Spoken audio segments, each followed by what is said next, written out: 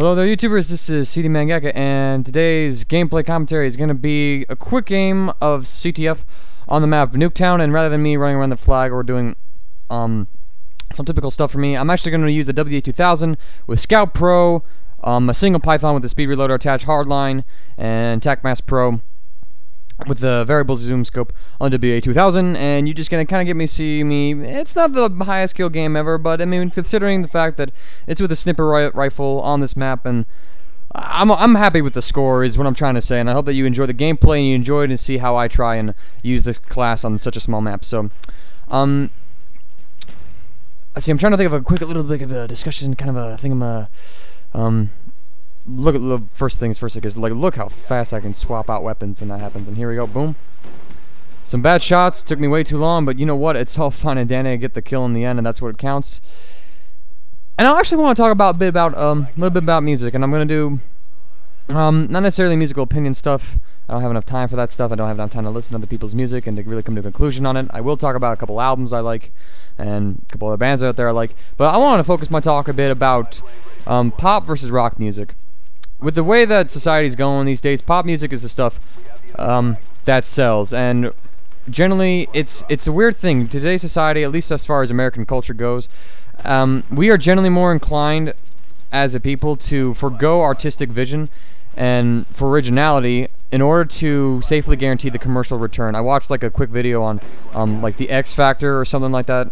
It was it's like a TV show out there. It's like, I think it's something like similar American Idol, I'm not too sure, but anyways, a guy did, he took Rihanna's one song, Please Don't Stop the Music, that was the name of the song. He took that song and he made it into this beautiful, I can't remember the genre of it, but he changed it up so it wasn't a pop song really. It was more of a like soulful kind of a song, more like a classic kind of song. And that's a bad terminology. I don't know the correct terminology for it. I do apologize for that.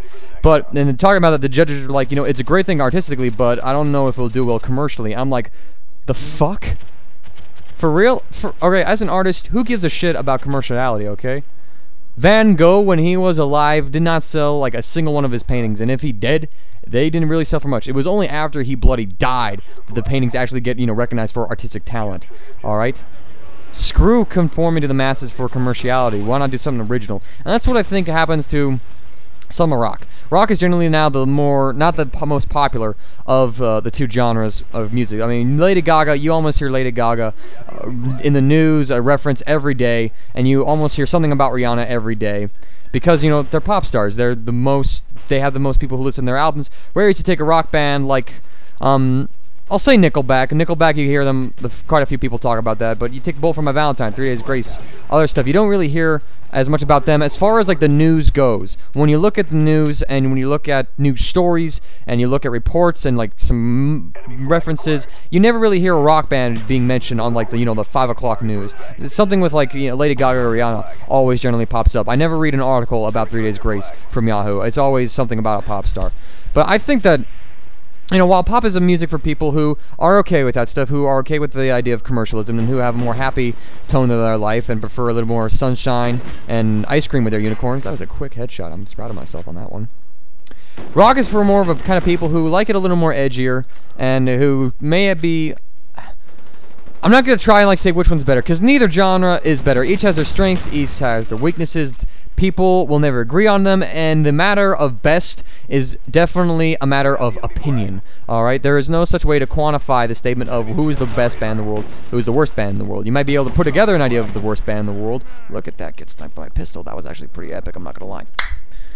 But one thing I want to point out is that as far as I can tell, you can take a pop song and make it a rock song, but you can't take a rock song and make it a pop song that's still good.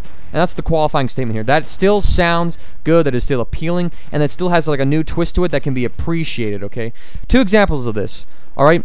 You have a more recent example from about early 2000s, Kelly Clarkson. She won the first American Idol season, and she got her album, and her first single, it might have been the first single, might have been the second one, but one of her first singles out was Since You've Been Gone. We all know how that one goes. Since you've been gone, I can't breathe. Yeah, pop song, it's okay. Actually, you know, it's not a bad song at all, okay? I say I slightly enjoy the song. Now, take that song though, and mix it up with a bit of A Day to Remember. There's this band that takes metal sound, the sound of metal, and a bit of a sound of more poppy kind of stuff, and mixes them together a bit, and creates some really cool stuff. take that band and then have them do a cover on it. And I'm going to provide a link in the description of this video when I upload it to A Day to Remember Since You've Been Gone cover. And it is really cool. Compare the two songs, see which one you like more. It's okay if you like the pop one more for originality or whatever, or if you like the twist that the rock puts onto it, okay? And then the second one, which I think this generation will appreciate, is a song called Careless Whisper. And Careless Whisper was a song from the 1980s, 1984, in fact, by Michael Keaton. And it has this saxophone in the beginning that's the riff.